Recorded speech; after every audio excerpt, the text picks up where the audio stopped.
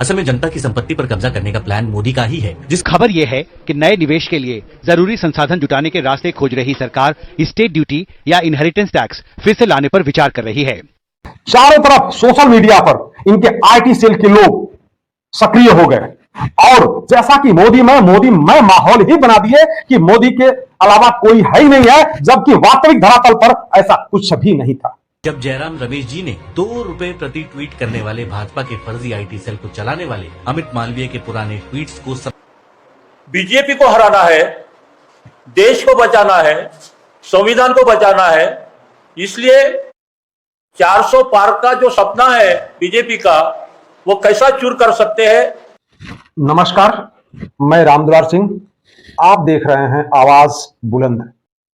आज हम इस वीडियो में एक के बाद एक कई सारे मुद्दों का खुलासा करने वाले हैं, जिसमें समय लगेगा और आपसे यह रिक्वेस्ट है कि आप इस वीडियो को अंत तक देखें ताकि सारी चीजें स्पष्ट खुल के आपके सामने आ जाए। जैसे कि इनहेरिटेंस टैक्स कौन लाना चाह रहा है, कौन उसको झुठला रहा है, जीएसटी की स्थिति क्या है, आईटी सेल का रोल क्या है, संविधान कौन बदलना चाहता है और 400 पार का चक्कर क्या है, इत्यादि तमाम बिंदुओं पर तथ्यात्मक तरीके से विश्लेषण करते हुए हम एक एक बिंदुओं को आपके सामने रखने वाले हैं। 2024 के चुनाव में मोदी जी का एक बयान आता है जिसमें भारत के अल्पसंख्यक समुदाय को घुसपैठिए बताते हैं। फिर अल्पसंख्यक समुदाय के लोग कोई उनके भाई हो जाते हैं तो कोई उनकी माताएं बहनें हो जाती हैं। दूसरे दिन ही दूसरे स्पीच में अब इस पर तमाम सारी बातें आ रही हैं। लोगों का कहना है कि ये लोगों को गुमराह करने का कार्य कर रहे हैं। इनके पास कोई ऐसा मुद्दा नहीं है कि जिस मुद्दे के बल पर ये चुनाव लड़ सके। पिछले 10 सालों में कोई ऐसा कार्य इन्होंने नहीं किया है जिस कार्य के बलबूते ये लोगों के सामने वोट मांगने जाएं। इसलिए मंदिर मस्जिद हिंदू मुस्लिम करके ये काम अपना निकाल लेना चाह रहे हैं। 2024 का चुनाव शुरू होने के पहले मोदी जी और बीजेपी के तमाम नेतागण 400 पार के नारा लगाते नहीं थकते थे, जबकि क्षेत्र की कहानी यह थी कि इनके तमाम नेताओं को तमाम जगह लोगों ने दौड़ा दौड़ा करके भगाने का प्रयास किया है। इतनी बड़ी बेइज्जती तो भारत के इतिहास में शायद किसी पार्टी को झेलना पड़ा हो।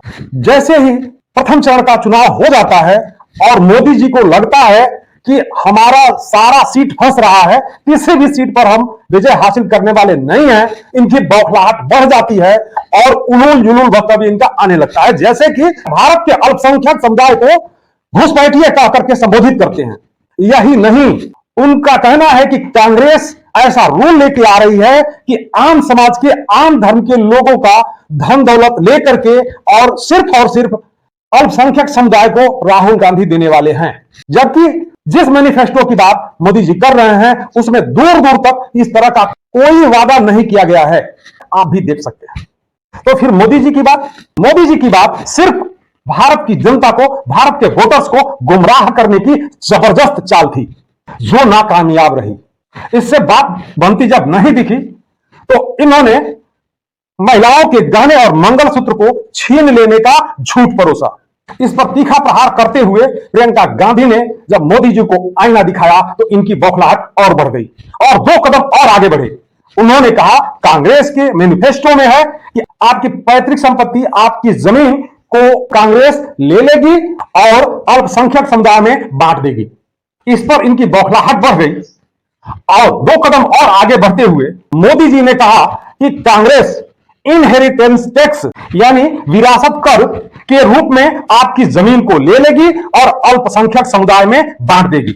जबकि कांग्रेस के मैनिफेस्टो में दूर दूर तक यह कहीं नजर नहीं आ रहा है। यह कोरा झूठ था और मोदी जी की खुद की सोच कांग्रेस के ऊपर थोपी जा रही थी और यही मोदी जी बहुत बड़ा गलती कर बैठे। उन्होंने यह सोच लिया कि भारत की जनता मूर्ख है, यहां के पत्रकार, यहां के पढ़े लिखे लोग अंधे गूंगे बहरे हैं, लेकिन यह बात उल्टी पड़ गई। जो चीजें इन्होंने बोला था, जो भी निष्पक्ष पत्रकारगण हैं, पढ़े लिखे लोग हैं, जिनको लगा कि इस भारत का नागरिक होने के नाते हमारी भी कुछ जिम्मेदारी बनती है इस भारत के प्रति, वे लोग इनकी बातों को खोजने में लग गए और बहुत सारे तथ्य लेकर के सोशल मीडिया पर आ गए, जिसको मैं आप लोगों के सामने रख रहा हूं। देखिए ये रिपोर्ट। क्योंकि अब मोदी को साफ साफ नजर आ रहा है कि इस बार मोदी की घर वापसी तय है और भाजपा की करारी हार से उसे कोई नहीं बचा सकता है। पहले नरेंद्र मोदी ने कहा कि कांग्रेस सत्ता में लौटने पर विरासत कर को लागू कर देगी और फिर झूठ बोलने के क्रम में फेकू ने 2 कदम और आगे बढ़ाते हुए कहा कि कांग्रेस महिलाओं का मंगलसूत्र ले लेगी। लेकिन जब इस बात पर मोदी को प्रियंका गांधी जी ने आईना दिखाया तो फिर मोदी को लगा कि नया झूठ बोलना चाहिए। अब मोदी ने झूठ बोलते हुए कहा है कि कांग्रेस आपकी जमीन पर कब्जा कर लेगी। लेकिन आइए आपको मोदी के इस फर्जी दावे की हकीकत बताते हैं। असल में जनता की संपत्ति पर कब्जा करने का प्लान मोदी का ही है, जिसके सबूत हर ओर हैं, जिसे गोदी मीडिया छिपाने की कोशिश कर रहा है और इसे बेनकाब करने का काम किया है कांग्रेस नेता जयराम रमेश जी ने। उन्होंने अपने बयान में कहा कि मोदी सरकार में तत्कालीन वित्त राज्य मंत्री रहे जयंत सिन्हा ने सार्वजनिक रूप से यह कहा था कि वो 2014 में इनहेरिटेंस टैक्स यानी विरासत कर लागू करना चाहते थे। इतना ही नहीं, 1996 और 1999 के लोकसभा चुनावों के लिए भाजपा के घोषणा पत्र में भी यह मौजूद था। जयराम रमेश जी ने आगे बताया कि विरासत टैक्स को मोदी सरकार लागू करना चाहती थी। आपने देखा इस तरह के बहुत सारे रिपोर्ट अभी बाकी हैं, आगे धीरे धीरे एक एक करके वीडियो में हम दिखाएंगे, लेकिन बात करते हैं इस पे। तो जहां मोदी जी की खुद की प्लानिंग थी कि हम विरासत टैक्स को लगाएंगे, ये साफ स्पष्ट दिख रहा है। हम एक और क्लिप आपको दिखाना चाह रहे हैं, इसको देखें फिर बात करते हैं। सरकार के सामने अब पैसे जुटाने की चुनौती है। सोमवार को आए आंकड़े बता रहे हैं कि 2 महीनों में जीएसटी कलेक्शन औसतन करीब 14,000 करोड़ महीने कम हो गया। वित्त मंत्रालय की दी जानकारी के मुताबिक अप्रैल 2019 में कुल जीएसटी कलेक्शन 1,13,865 करोड़ था, जो मई 2019 में 1,02,89 करोड़ हो गया और जून 2019 में और घटकर 99,939 करोड़ रह गया। अब खबर यह है कि नए निवेश के लिए जरूरी संसाधन जुटाने के रास्ते खोज रही सरकार स्टेट ड्यूटी या इनहेरिटेंस टैक्स फिर से लाने पर विचार कर रही है। ये टैक्स दरअसल पैतृक संपत्ति पर लिया जाता है। इसे 1985 में खत्म कर दिया गया था। ये बात बहुत लोगों को समझ में आ चुकी होगी, फिर भी मैं उसको स्पष्ट करने की कोशिश कर रहा हूं। जो आपने देखा इसमें बात एक आ रही है जीएसटी की। आप लोग सोचिए कि भारत के तमाम लोगों के पास की जो संपत्ति थी खींच करके कुछ 20-21 लोगों के पास चली गई। स्थिति यह रहा कि लोगों के पास पैसे नहीं बचे कि वो खरीदारी करें और जीएसटी के रूप में पैसा गवर्नमेंट के घर में जाए, और हर महीने लगातार गिरावट दिखाई गई है इस रिपोर्ट में, जो आप देख चुके हैं। अब मोदी जी के सामने समस्या यह थी कि जिनके घरों को और भरना था, जिसके धन को और अथाह करना था, उनके लिए ये विदेशों से कर्ज भी लिए और उन लोगों के वहां की जो भी लोन थी, जो भी टैक्स था, उसको माफ करने का काम इन्होंने किया। फिर भी मुश्किल ये रही कि अभी और उन लोगों को धन कहां से मुहैया कराया जाए। तब एक रास्ता इनको सूझा, जो विरासत कर है। विरासत कर लोगों से लिया जाए, आम जनता से लिया जाए, उनकी पैतृक भूमि को भी लिया जाए विरासत टैक्स के रूप में, और उन जमीनों को ही जो कुछ गिने चुने पूंजीपति लोग हैं 20-25 पूरे भारत में, उनको दिया जाए और उनके हिसाब से वह काम किया जाए। तो आपने देखा विरासत कर के बारे में। अब बात आती है कि उस समय जब इनकी बात चल रही थी तो यह विरासत कर लागू क्यों नहीं की? कारण यह था कि अगर ये लागू कर देंगे तो इनको डर था कि अगले इलेक्शन में हमारी सभी सीटों पर, भारत के पूरे सीटों पर जमानत जब्त हो जाएगी। फिर जैसे तैसे इन लोगों ने समय काटने का प्लान किया कि अगले चुनाव तक हम पहुंच जाएं और उस चुनाव में जनता को गुमराह करके और 400 पार, 400 से अधिक सीट लेके आएंगे, ताकि संविधान को ही ऐसा बदल देंगे कि उसके बाद चुनाव कराने की झंझट ही खत्म हो जाएगी। यानी भारतीय संविधान को ही खत्म कर देंगे। यह इनकी योजना थी और उस योजना के तहत ये यहां तक पहुंच गए।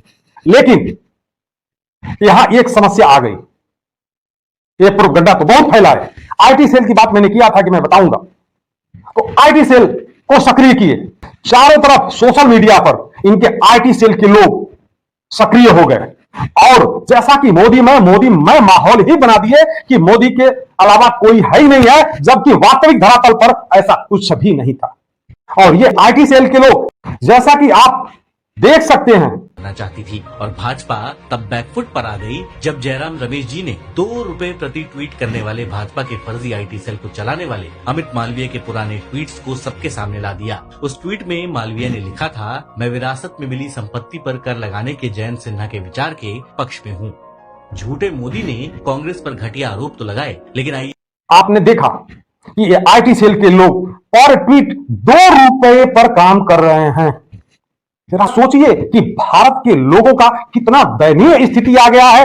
पढ़े लिखे बेरोजगार युवक किस स्तर तक पहुंच गए हैं कि 2 रुपए पर काम करने को मजबूर हैं। उनकी घर की माली स्थिति क्या है, उनकी मानसिक दशा क्या है कि वो गलत को भी कह करके प्रोपगंडा फैला करके 2 रुपया किसी भी तरह से अपने घर लाने को सोच रहे हैं। किस बद से बदतर हालात में भारत की स्थिति मोदी जी ने पहुंचा दिया है, इससे जबरदस्त प्रूफ कोई देखने को नहीं मिल सकता। पहले तो बीजेपी के तमाम कद्दावर नेताओं के द्वारा, तमाम नेतागणों के द्वारा अपने बैठक में अपने लोगों से बताया जा रहा था, आम मीटिंग्स में भी कुछ लोगों ने बोला कि 400 से अधिक जब सीट भारत में बीजेपी की आएगी तब हम संविधान बदल पाएंगे।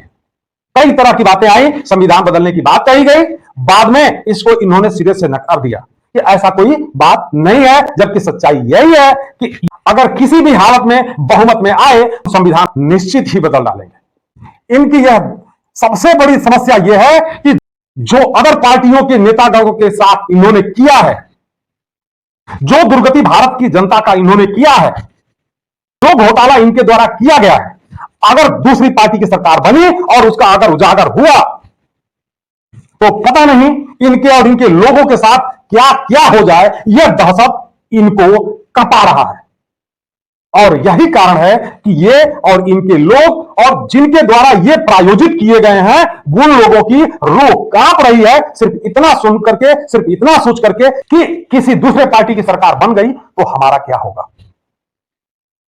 और उसी क्रम में जो ये बातें झुठला रहे हैं कि हम संविधान नहीं बदलने जा रहे हैं, आरएसएस के अध्यक्ष के द्वारा कॉन्फ्रेंस बुलाया जा रहा है और उसमें जो बोला जा रहा है वह हम आपको सुनवाते हैं।